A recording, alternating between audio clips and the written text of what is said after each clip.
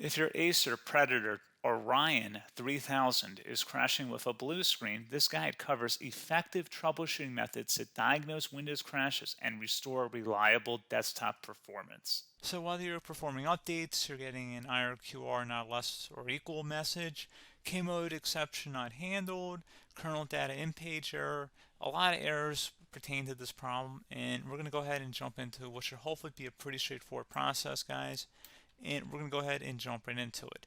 So first thing I'd recommend doing would be to actually go ahead and boot to the troubleshooting utility on Windows 11.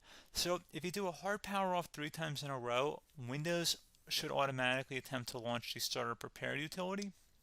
And if it doesn't find anything, it will give you the option to select advanced settings, in which case it will take you to a screen that looks like this.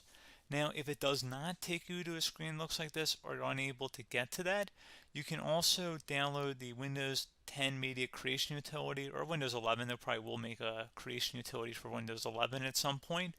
And it doesn't really matter. You can actually run the Windows 10 utility on Windows 11 as far as I'm aware. And you should be able to run the troubleshooting utilities built in within it. So you just would go ahead and download it to an ISO file and then burn it to a DVD or USB. It'd have to be about 4 gigabytes or more. It couldn't be a small USB flash drive, and it couldn't be a CD. It'd have to be a DVD. And then you boot your computer from it.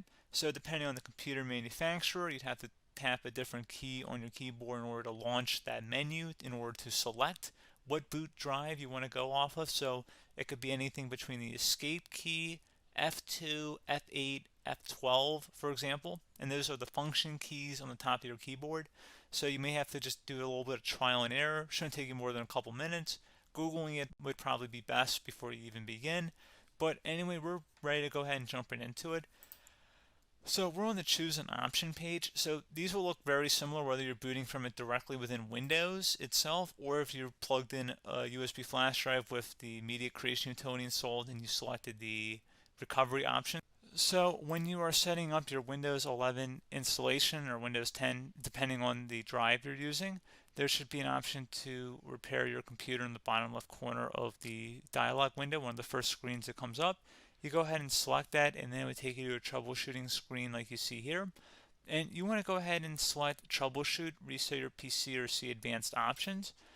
And then there are going to be a whole bunch of options in here that we're going to explore in today's video. The first one, we're going to actually go underneath advanced options and then select startup prepare, fix problems that keep Windows from loading. So go ahead and select that first.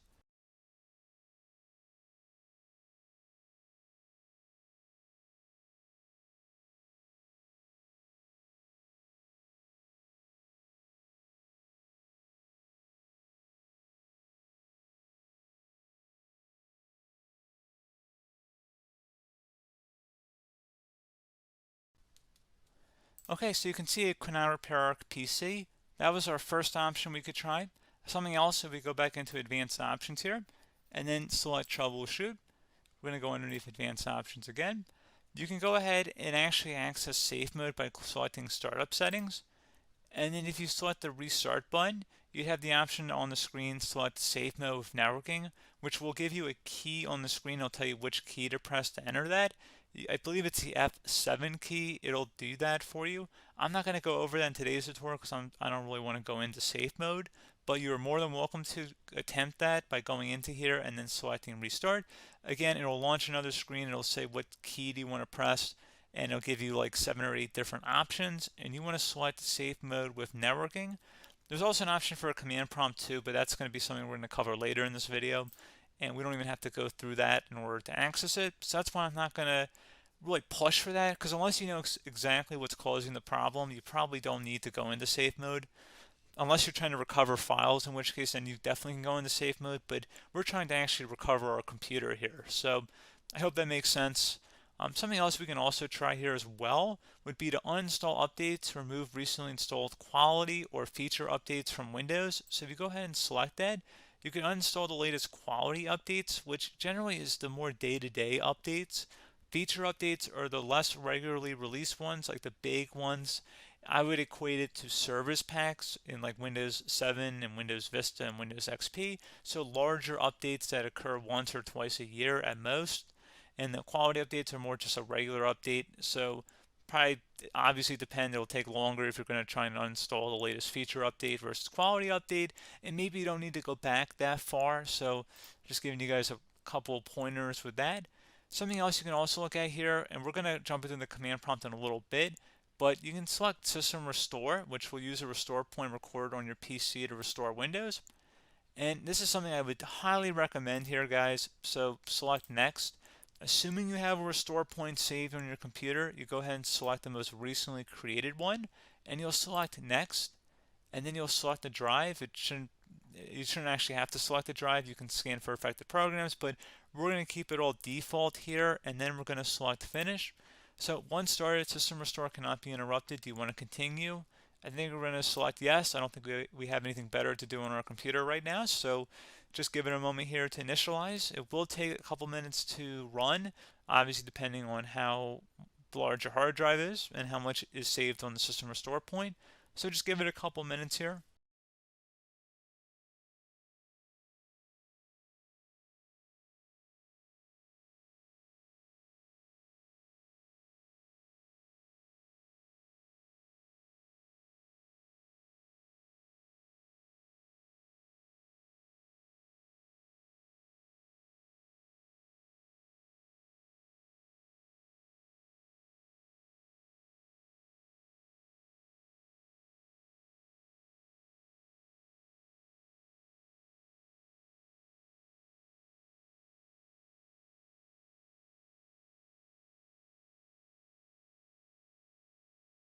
Okay, so you can see system restore completed successfully. The system has been restored. Your documents have not been affected. Click the restart button to restart your computer. Go ahead and select restart.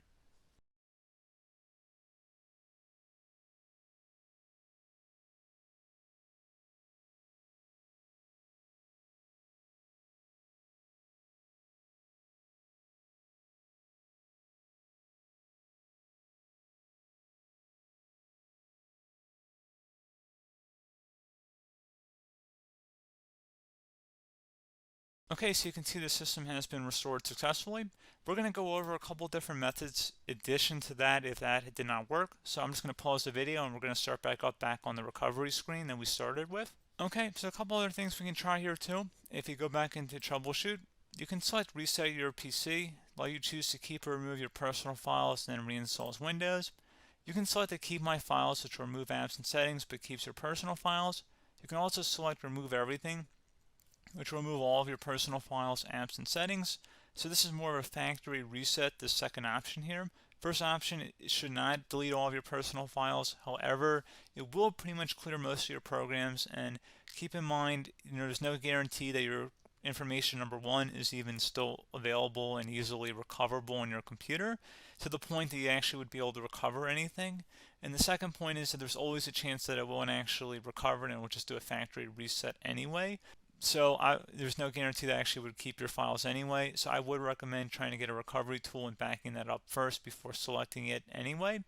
But again, those are a couple of different options. And then something else you can try here if you go back to the choose an option. Another option, if you go underneath choose an option and select troubleshoot, advanced options, and now select where it says command prompt. Okay, so the first thing we should do is type our main hard drive here. In most cases, it should be the C drive. So you just do a C colon and then hit enter on your keyboard. So once you're underneath the C drive, we're going to type in dir and then hit enter on your keyboard. It should have program files, users, and Windows all in there. That's how you know you're in the right directory.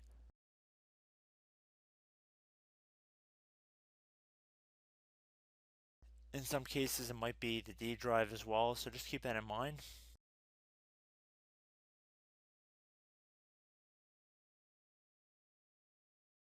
Next thing we're going to do is type in cd space / Windows / system 32 / config, and then you're going to hit enter on your keyboard.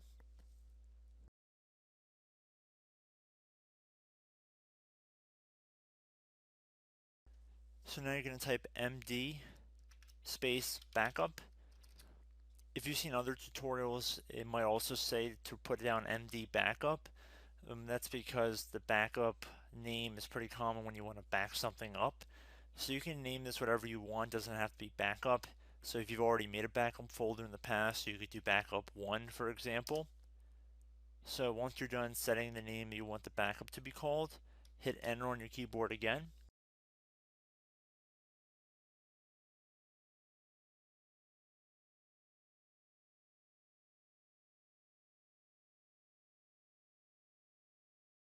At this point, you want to type copy, C-O-P-Y, space. Then you want to do the star symbol above the 8 key. Then do a period or a dot, whatever you want to call it. Then another star sign, and then another space, and then type backup, and then hit enter on your keyboard.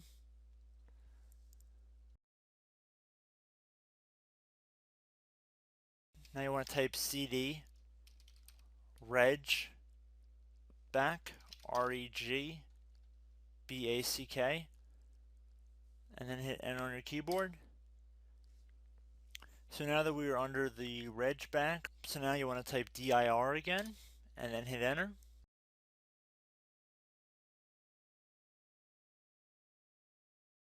So now at this point we're going to type copy again. So copy, space, star sign,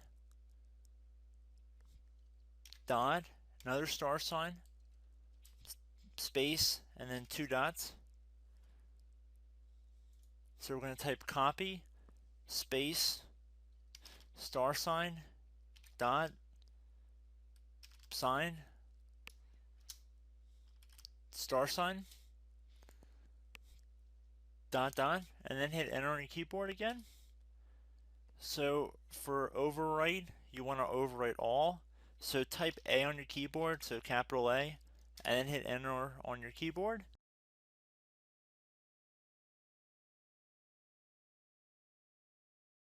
So at this point, you should be good to go. You can close out of the command prompt window.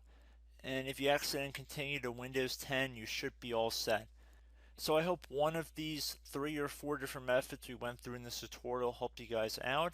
Again, I'm not sure if you guys heard me earlier, but try to go back into your safe mode if possible and uninstall any programs you know might be conflicting with the Windows startup if you can get into safe mode. So just keep that in mind. Something very simple like that could be blocking up everything. So again, I hope this tutorial helped you guys out, and I will catch you in the next tutorial. Goodbye.